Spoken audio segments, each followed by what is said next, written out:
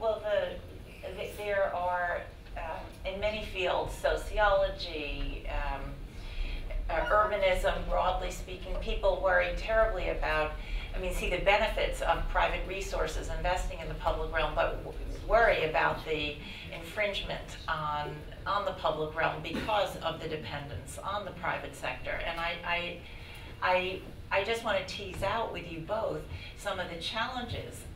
It's a great gift to the public, to the pedestrian, to people who work in buildings, that they can come out into a space that was formerly owned by automobiles and have lunch or relax or sit, as you described.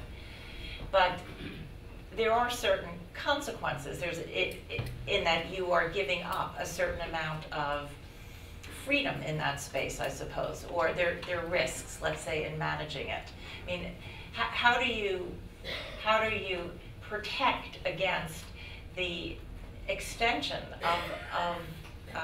or how do you risk against the extension of private interests that it's big business, let's say, that can afford to fund these spaces, that increasingly controls these newfound plazas? Well, maybe I can answer that.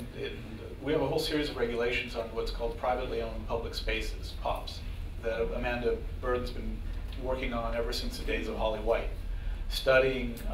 In the 60s, there were these zoning rules which allowed buildings to go higher in exchange for the build out of these certain plazas, and some of them were fantastic successes, many of them were not. And so we found the need to codify a bit what it would take to make them successes again. And it involves rules about private sector operation of concessions. It involves rules about how much needs to be planted, how high you can be off the path of travel from the sidewalk. A lot of pretty fine-tuned details, but their sole purpose is to ensure that these plazas stay public in feel, even though they may be private in parts of their operation, and that they contribute something far beyond the square footage of their space to the life of the city streets. On the concession side, for the big public spaces, the plazas in Herald, Times, Madison Square, we do have a master concession agreement that we have negotiated with the local business improvement district.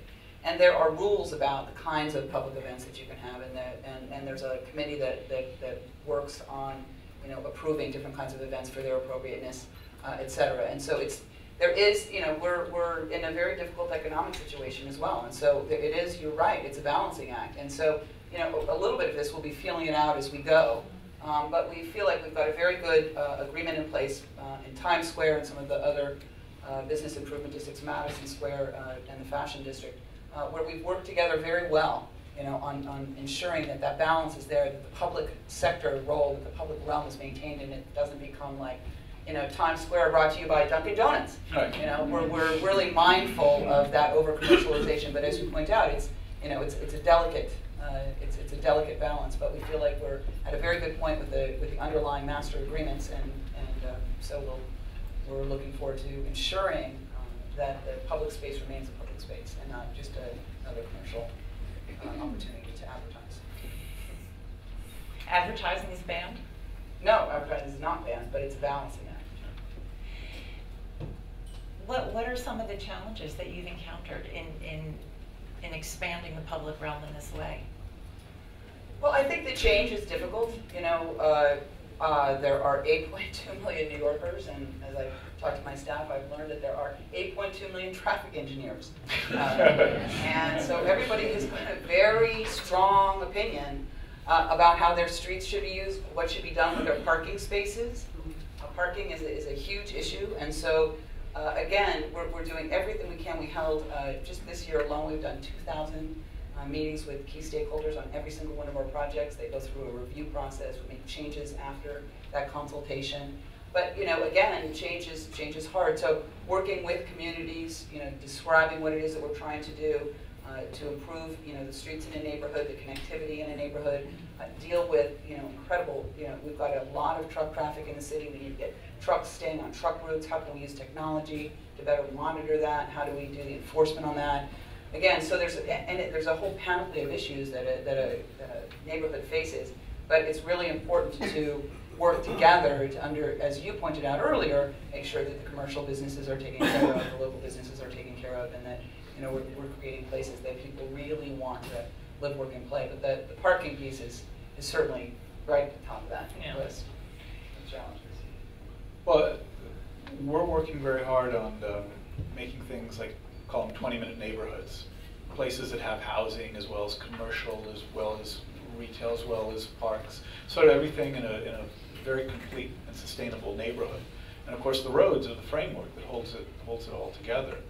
So call it the challenge, or I mean, now it's more of a joy than a challenge. It's like to work with DOT and figure out, while we're sort of hammering the developer to make sure that they have enough retail on the facade and don't just try to make a giant, parking garage entrance, and we have to everything in balance. That we need to know that someone's thinking about the streets and how we won't put all this effort in creating a very fine-grained edge to a building that then would just get dissipated in an over-fast travel lane, let's say.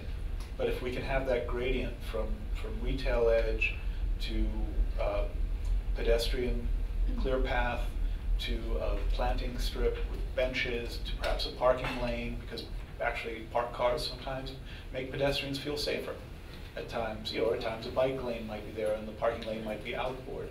But it's that whole gradient from building facade to travel lane that is it's a real art to get these things just in the right proportion. And it can't happen without kind of a commitment to making it happen well.